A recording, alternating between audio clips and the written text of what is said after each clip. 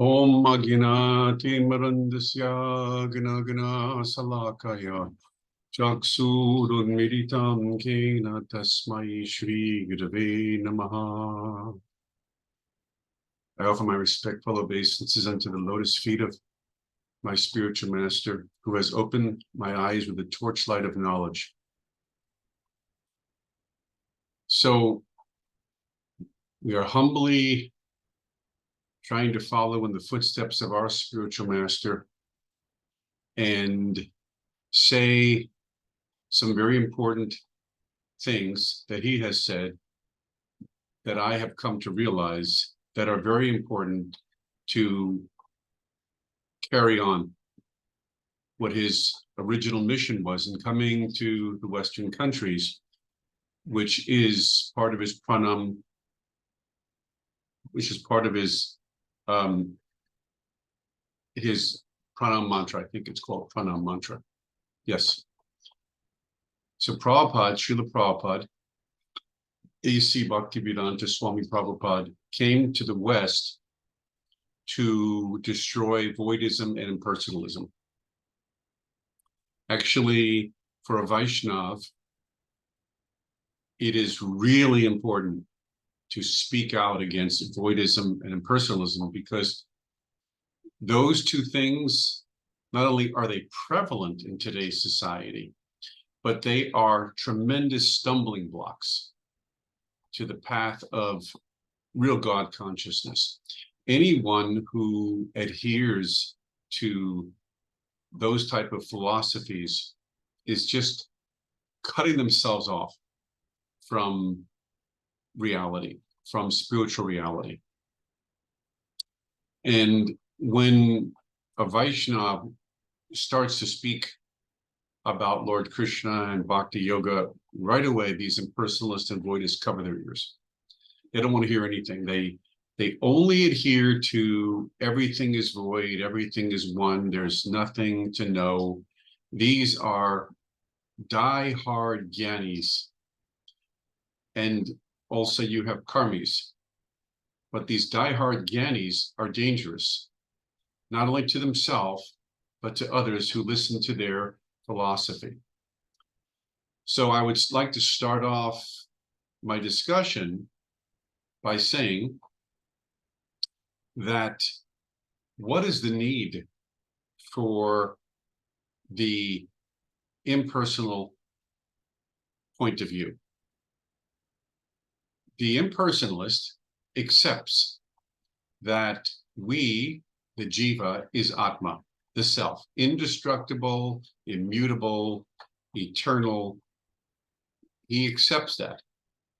The impersonalist gets that information from the Bhagavad Gita. So he gets partial information, and the partial information that he likes is that the Atma is eternal, indestructible, immutable. And from their point of view, Atma realization is the be-all and end-all. That that realization comes through Gyan, or self-inquiry. So, if we are Atma, this means that we are fallen, because we currently are in a conditioned state. We have a material body, so we have fallen from the position of self-realization. That they must accept. Somehow, they don't know how, somehow we are currently in a state of illusion. Some Mayavadi or Gyanis will say, it's just a dream. It means nothing. We're really all Atma, Atma, Atma, Atma. There is no illusion. And they will word themselves and say anything that they want to overcome logic and reason. Nonetheless, if you accept the Atma, and if you accept that you are currently in a conditioned state, then my question is, why are you focusing all of your attention on again coming to the stage of self-realization if you knowingly will fall again? Because you fell already. What if you don't know why you fell, then you will fall again. High probability, very high probability. There may be that rare probability that you won't, but if you don't know why you fell, you probably will fall again. If you were in a realized state, now you're not. Why are you making your sole mission to again go back to that state that you fell from? This is illogical, unreasonable, and unintelligent. At least seek an alternative. Try something different, because that attempt to go back to the same place that you were at is going to fail. You simply have to be less intelligent to continually bang away at something knowing that it's broken and it can't be fixed. That is why we say that if you are on the impersonal path, you're less intelligent, because you're going to back to the same place you were before, and then you fall, and you've fallen from that place. Whereas, at least in Bhakti Yoga, in the practice of Krishna consciousness, we are interested in going to Godhead with an eternal form that we have not had before.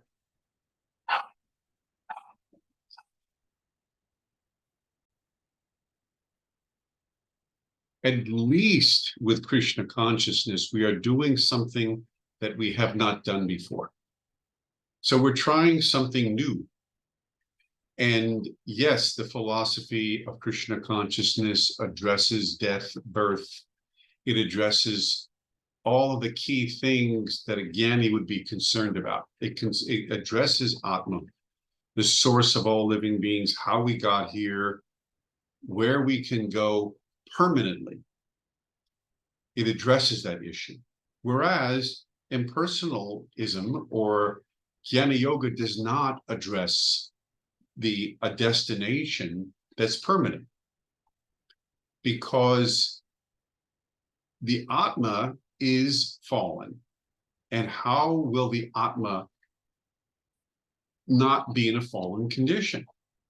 And that is not addressed by impersonalists and voidists.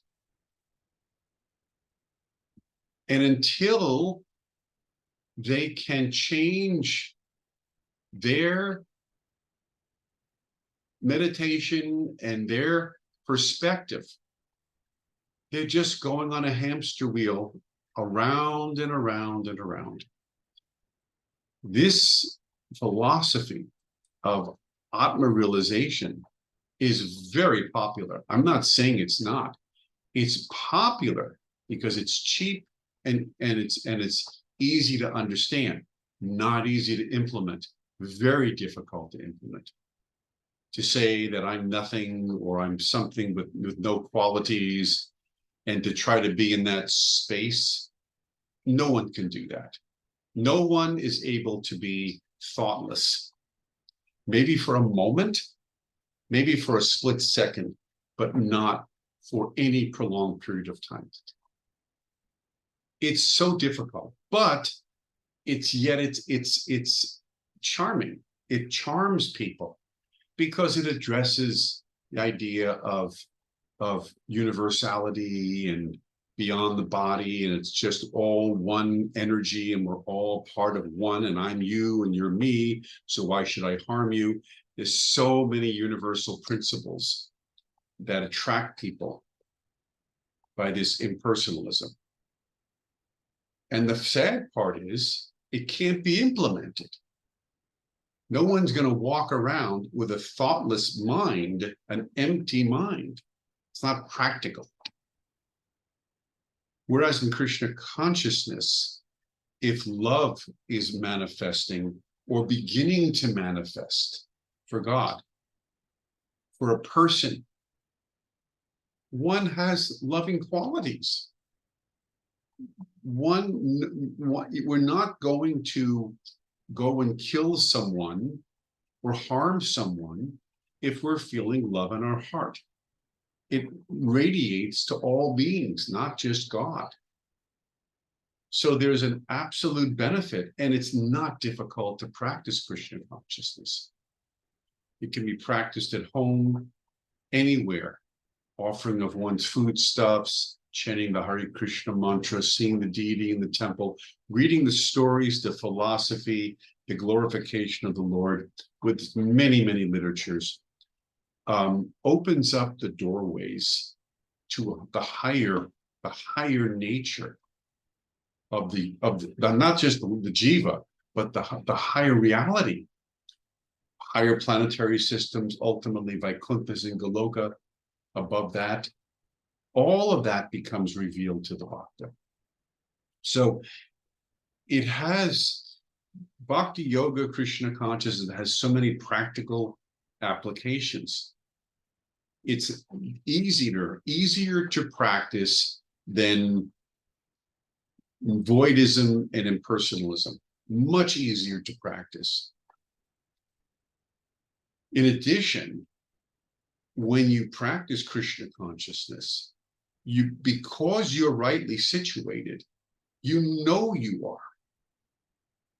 You know it because you're surrendering yourself to a higher will, and that will reveals himself to you. You get in alignment with the will of the Lord, and you know it.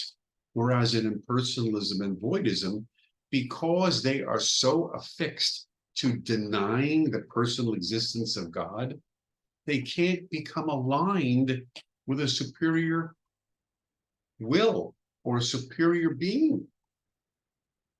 So the impersonalist doesn't do any dharma. He throws dharma out the window. And Krishna himself says in the Bhagavatam, he is the personification of dharma. So an impersonalist, by denying the existence of God, also denies dharma. He gives it up. He doesn't think it's relative. There is nothing relative. He is a jnani through and through, always dealing with self-questioning questions. Neti, not this, not that. Always trying to artificially renounce varnashram dharma. And because he's doing that, he's actually committing sin. He's cheating, because the duty of the jiva is to perform yajna, or service to God. It's our duty. This is our innate duty. It's service to God. And by doing that, the demigods become pleased. Bhumi, the earth, becomes pleased. They are able to participate in the yajna, the demigods, so they give all of their benedictions to the jiva. And ultimately, the jiva is rising in his awareness of God, and he becomes a God-conscious living being. And then at some point, he will return back to home, back to Godhead in his original spiritual form. Whereas the non-devotee, impersonalist, doesn't perform yajna to Krishna or God, Vishnu, Narayan, doesn't perform yajna, doesn't do his prescribed duty. He avoids. He is trying to back end the process. Like in a football game, you back end, you do something illegitimate. It's like cheating. So the impersonalist is literally cheating his way to some level of godhood. It's like if I were to get a driver's license, but I didn't study for the test properly. Maybe someone took the test for me, maybe I was able to cheat and get around the normal procedures, and I got the license. And now I'm driving without a license, with a license, but without training, proper training. So I can easily get into a crash. I can hurt somebody, hurt myself. That's what happens when you cheat the process. And the same goes for God consciousness. If you cheat the process, which is what the impersonalist is doing, anyone who is following the impersonal path is cheating the dharmic process as outlined in all the Vedic scriptures. Let's be clear. If you practice voidism, impersonalism, this idea that God is formless, that is a cheating process. It's not the whole cow. It's the half a cow philosophy. These impersonalist voidists are trying to get milk from half a cow. Whereas a Vaishnava who recognizes Vishnu as God, Krishna, Narayan as God, we attempt to become God conscious through serving God, recognizing his superior nature and serving him. And in this way, we are pleasing him. We are trying to attain his favor. That procedure, that is Dharma. That is the execution of Dharma, trying to please God. And when we try to please God, we become empowered to know him. We become transcendental. This is the proper course of action for an aspiring individual. So someone who is not doing things properly and cheating, he will get his due, because anyone who cheats the process, they cannot find God consciousness this way. Their day of reckoning must come. You cannot cheat God. Nobody can cheat God. Impossible. Okay? So if you want to be an impersonalist and try to negate God's form and negate Dharma and negate the proper execution of Dharma, then you're a cheater. You are simply a cheater. And there are so many cheaters nowadays. So many swamis and so-called gurus that think they know what is God through the cheating process. They sit on high chairs and they speak to a uneducated audience, and they try to educate them about this cheating philosophy. I am God, you are God. There is no Krishna, there is no Ram. They're simply make-believe, fairy tale, not real. God has no form. God is formless. I am one, you are one. And you just listen to this, and people who are not educated, this is their first foray, their first venture into God realization. They go to speak, they go to hear from a holy man, someone professes to be a holy man, and this is what they hear. And they walk out of there thinking, wow, this is great. I'm God. This is so easy. He's God, I'm God, you're God. I don't got to practice my religion anymore. This is what I was looking for.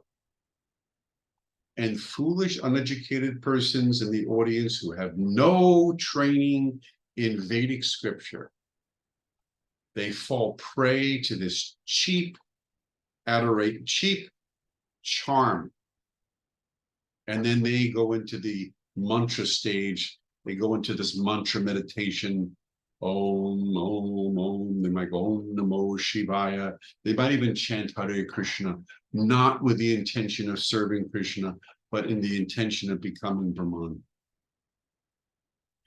And the sad thing is, you can go on with this Om Namo Shivaya, Om, Om, Om, for now until the cows come in from pasture, and you will never become liberated. Never. You will never find a steady liberation. It's only in your mind. You will never be able to transcend the mental platform by focusing on the impersonal aspect of God. This is what we're saying. Now, if you wish to deny that, point, again, we go back to the first thing we spoke about. The impersonalist accepts that the jiva is pure Atma. We accept as Vaishnavas, the jiva is pure Atma. The Jnani, he accepts the Atma is pure, the jiva is pure Atma, pure Brahman. And why are we covered then right now? Why am I not Atma or Brahman realized? Why am I in a conditioned state? Again, and if we cannot answer why, then recognize we are. Then why am I going to take up a process that's going to put me into a place where, again, I will fall? So I plead with those of you who are charmed by this flawed philosophy, do not go where this charming illusion is taking you. Don't waste your precious time. Your time is precious. You require reality. You need, just like I do, we need to be associated with reality as soon as possible. We need to be abiding by real principles, real dharma.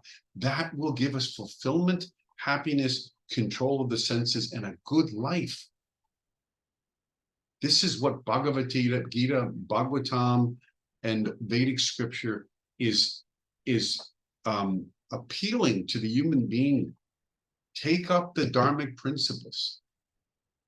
So when we speak this way as devotees of Lord Krishna, people may have a little bit of difficulty with it, understandably so, but it's better to be honest and have some difficulty with what we are saying than to take this cheap form of God consciousness that the impersonalist voidist is giving. If you buy a cheap watch, it will break very quickly. If you buy a Rolex, it will last you your whole life. Don't go for the cheap thing because it's cheap. Go for the real deal. As soon as if you make an attempt for Krishna consciousness, you'll be helped by Krishna. It's his movement, it's his theology, his philosophy, his science. He is the absolute person. And if you make an attempt to serve him, to know him, he's going to help you. You know, the voidist and personalist jnanis, they also accept Krishna, but they say he's a self-realized soul like any other self-realized soul. So they don't pay him the respect that he's due. They don't distinguish and differentiate him from anyone else. And so they don't depend or pray to him for help and assistance. Whereas we, Vaishnavas, we do. We pray to Krishna. Please help me. And Krishna, being who he is, the all-merciful, unlimited personality of Godhead, everything is Krishna. We are manifestations of Krishna. So if we are practicing to love him, don't you think he's going to help you? So we have help. We have Antaryami, the inner guru, helping, and we have our external guru helping. Both are assisting us in our mission to serve the Lord. Whereas the impersonalist denies all voices, all internal aspects of God. He turns off all help. He negates it. He does not want to depend on anything. Anything at all could interfere with this selfish, ego extended experience that he's trying to have. So-called Brahman realization. It's the most selfish experience, and they're thinking it's a holy experience. It denies God. It puts one in some artificial position that he thinks he's God. It erroneously makes one think that there is no God. What good can there come from it? And if you associate it with this philosophy, you are doing yourself so much harm. So I am here today to scare you. I'm here today to drive some sense into you. I'm not here for popularity. I'm not here to be the most, I'm not saying things for popularity. I expect people to write comments. Oh, this is horrible what I'm saying. This is not true. Where's your love? I mean, I don't know what they will say.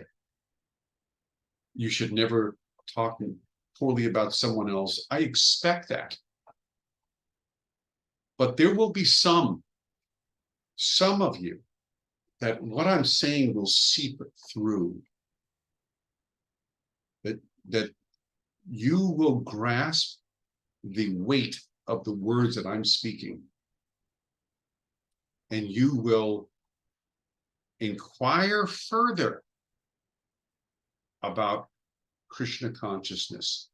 Simply because you know that the other path that you were interested in, this impersonal path, cannot help you.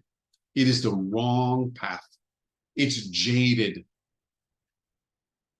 It will not get you where you're needing to go. It will take you to the wrong place.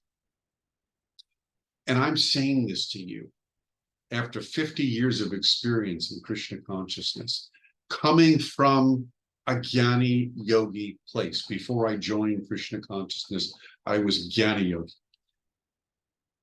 Zen Buddhist type. Everyone is.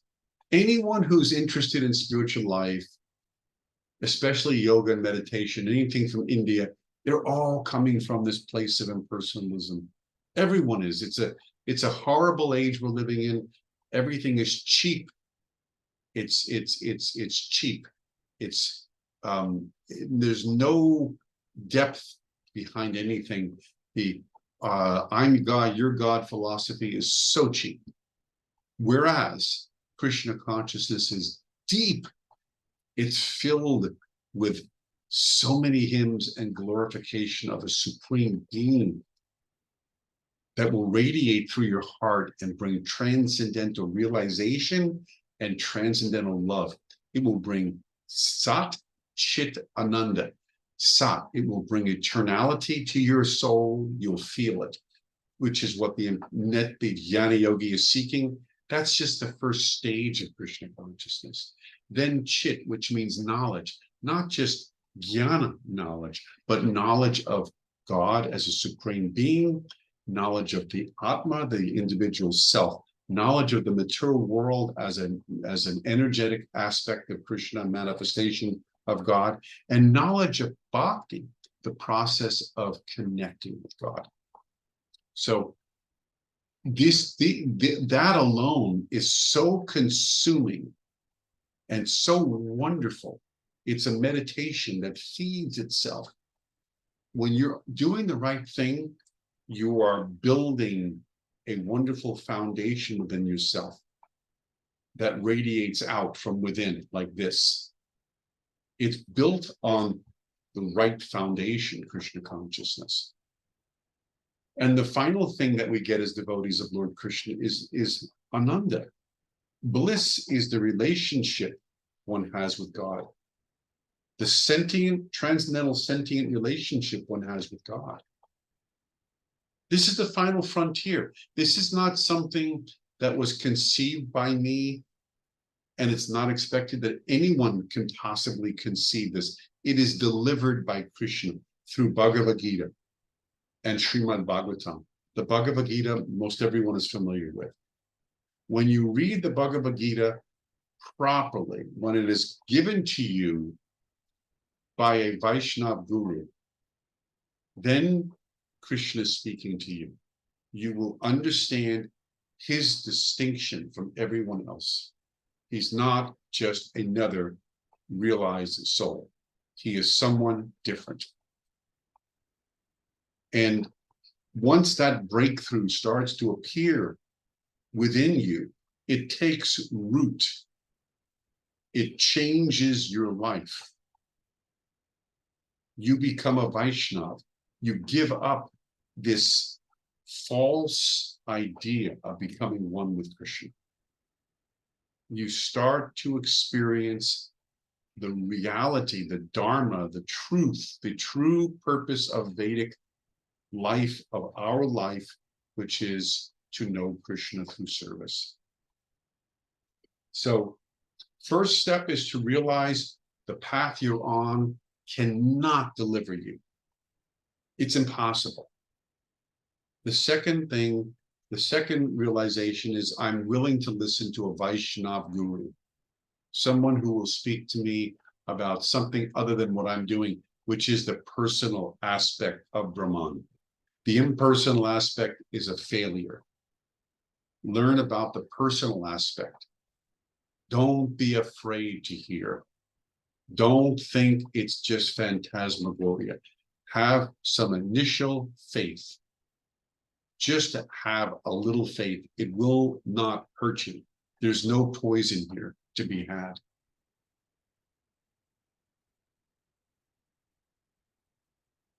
Because as soon as you start here with a little bit of faith, the poison of impersonalism leaves you, and you have this good feeling in your heart. I don't have to even tell you about your good feeling. You are experiencing true joy. And when tears come to your eyes, and then you realize, oh my God, I've been converted from an impersonalist to a personalist, and here I am now. I'm a new me. I have a new purpose. This is and you know what really marks your beginning of your devotional life is when you completely give up the idea that devotional life is just meant for liberation. I could care less about liberation. My mind is absorbed in this loving relationship with Krishna. All I think about is how to serve, how to remember him, how to glorify him, the pleasure I get from remembering him, from being a devotee, from being given the opportunity to be a devotee. I'm not even a devotee. I'm trying to be a devotee. And that intensity is so much more in my heart than the desire for liberation. I don't care one fig for liberation. I am through with that. Can you imagine that? You being through with liberation? That is everyone's purpose behind yoga and meditation is liberation, and I could care less about it. That's because the practice of bhakti is so sweet, so wonderful, that the idea of liberation, which is an extension of egoism, is gone out of my heart. It leaves your heart.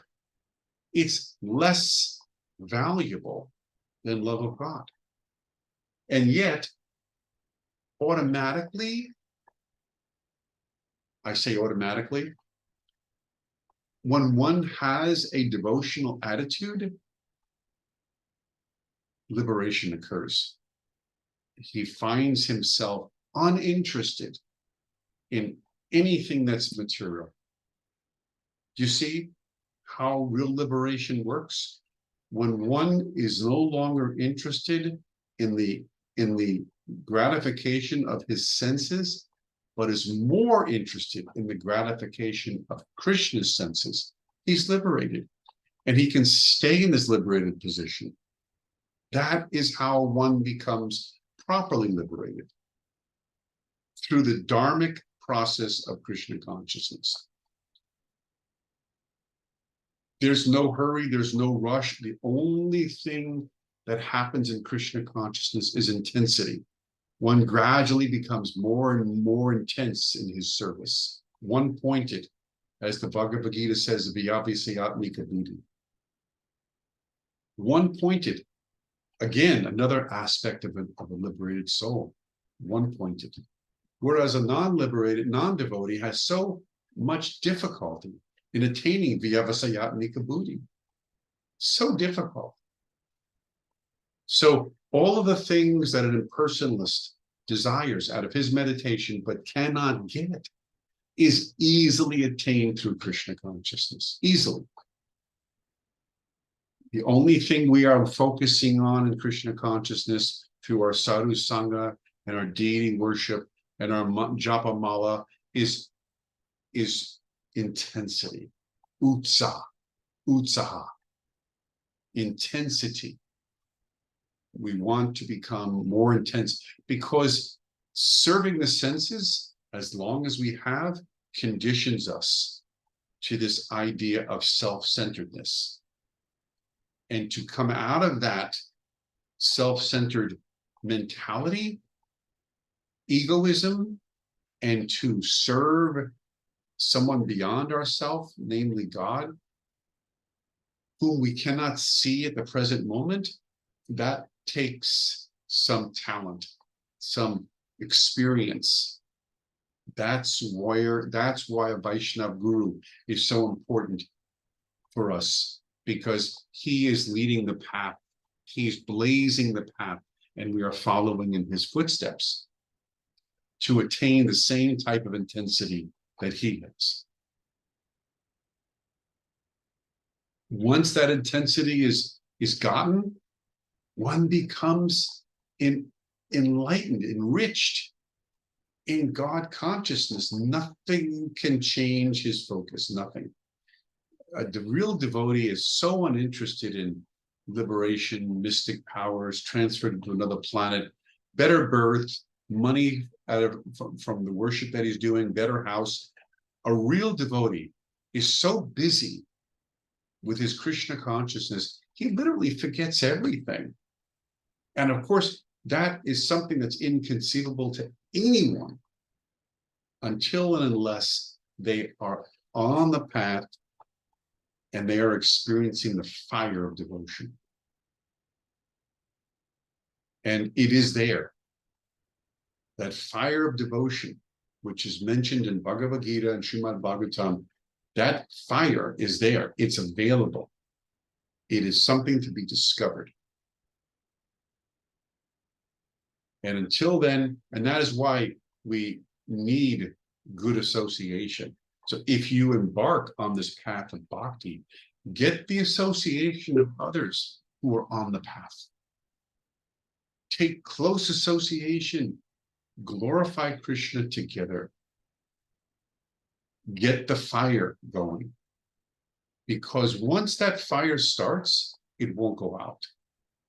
That fire of devotion will burn away all the impurities from endless births in the material world that we've taken, and endless amounts and heaps of karma, which we've experienced, which we currently have from endless births in the material world. All of that will be burned up in the fire of devotion.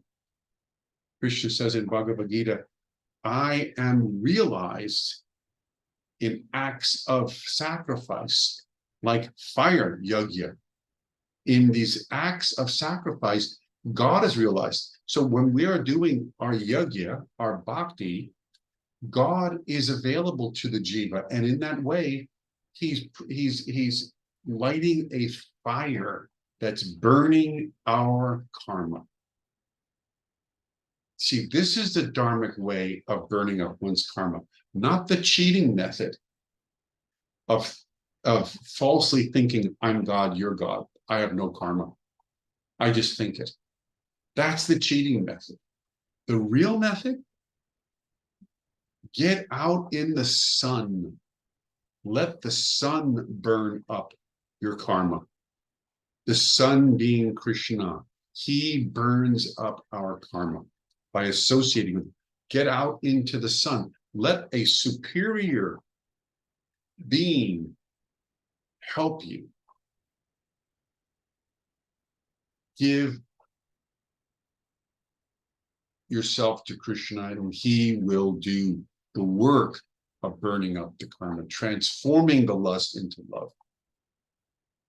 That is the bhakti process of surrender. These impersonalists, they think bhakti is subservient to jnana.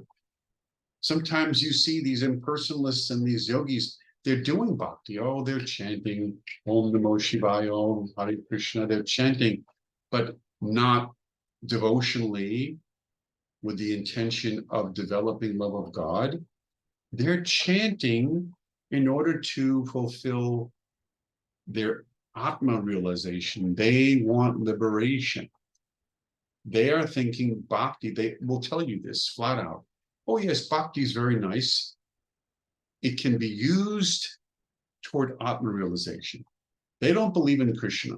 They don't believe Krishna is God, but they will practice bhakti because it helps them because it's easy, and it can be used, they think, to help them in their false quest for becoming God conscious. Whereas we are saying, no, no, no. Bhakti in and of itself is the goal. Gyan is subordinate to bhakti. When you have proper knowledge, you practice bhakti. There is karma mishra bhakti, jnana mishra bhakti, and pure bhakti. When you are finished with doing bhakti for fruitive reasons or doing bhakti for liberation, and you're doing bhakti because it's pure love and you have a selfless attitude, unadulterated, that is the goal. Not jnana bhakti. You know, we can go on talking forever. There is no cessation here. We can continue forever. So we can make another video, take your time, listen to these videos. Let them seep into your consciousness. Ask questions. Okay, whatever it takes for you to come into cadence with Krishna consciousness or God Krishna consciousness will be to your great benefit. Even if one person, today I heard from someone on Messenger and Facebook, I was doing these, not videos, but I was actually doing some preaching back in 2005, 2006. And we were preaching all over the world through some of these internet rooms. And someone came to me today on Messenger and said, yes, you know, I was one of those that you were preaching to, and now I'm initiated Vaishnav and my guru is so-and-so and I'm practicing, and thank you so much for what you, etc., etc. So again, this is not a popularity contest. This is preaching on behalf of Lord Krishna. This is preaching to you. This is an alternative to the half-baked idea that the individual is God. It's a false doctrine that you'll never arrive at that conclusion. So we're hoping we'll capture one or two persons by this preaching. Maybe one or two. Yes, I like what you're saying. Yes, I feel it. Feel some humility. Tell me more about Krishna. We're all babes when it comes to learning this philosophy. You have no idea. This is rare to find someone who's familiar with the different Vedas and comes from a Vaishnava family. Almost everyone today who comes to Krishna consciousness is coming bereft of any knowledge. So don't be embarrassed. Don't be embarrassed if you say, well, how do I put on tilak? Or what are the neck beads? Or what do I do when I get up in the morning?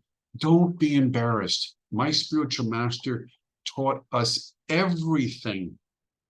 He was so patient with us. He taught us every aspect of our life, how to live it, to be Krishna conscious. He was so patient. And anyone who is sincere in service to Krishna will offer you the same type of patience. So don't be worried that you know nothing. Just come with an open heart, ask the questions, ask how you can introduce yourself into Krishna consciousness, and very soon you'll be like a duck in water. You'll be swimming. You will not even need my help or our help so much. You'll have the ability to swim in the water. And once that muscle of bhakti is developed, even a little bit, you're on your way and you'll never have to go back to shore. Never. Always be floating. You'll always be experiencing this floating sensation in Krishna consciousness. So thank you for listening. This has been a wonderful, joyful time for me to express myself, having your association, speaking to you. Krishna is here. He's listening. He's also conveying himself to me, to you. He loves being part of our life. He's a wonderful personality. And life would not be the same without Lord Krishna. So let us all learn to worship the Supreme Personality of Godhead, Lord Krishna, and be extremely happy. Thank you for listening. Hare Krishna.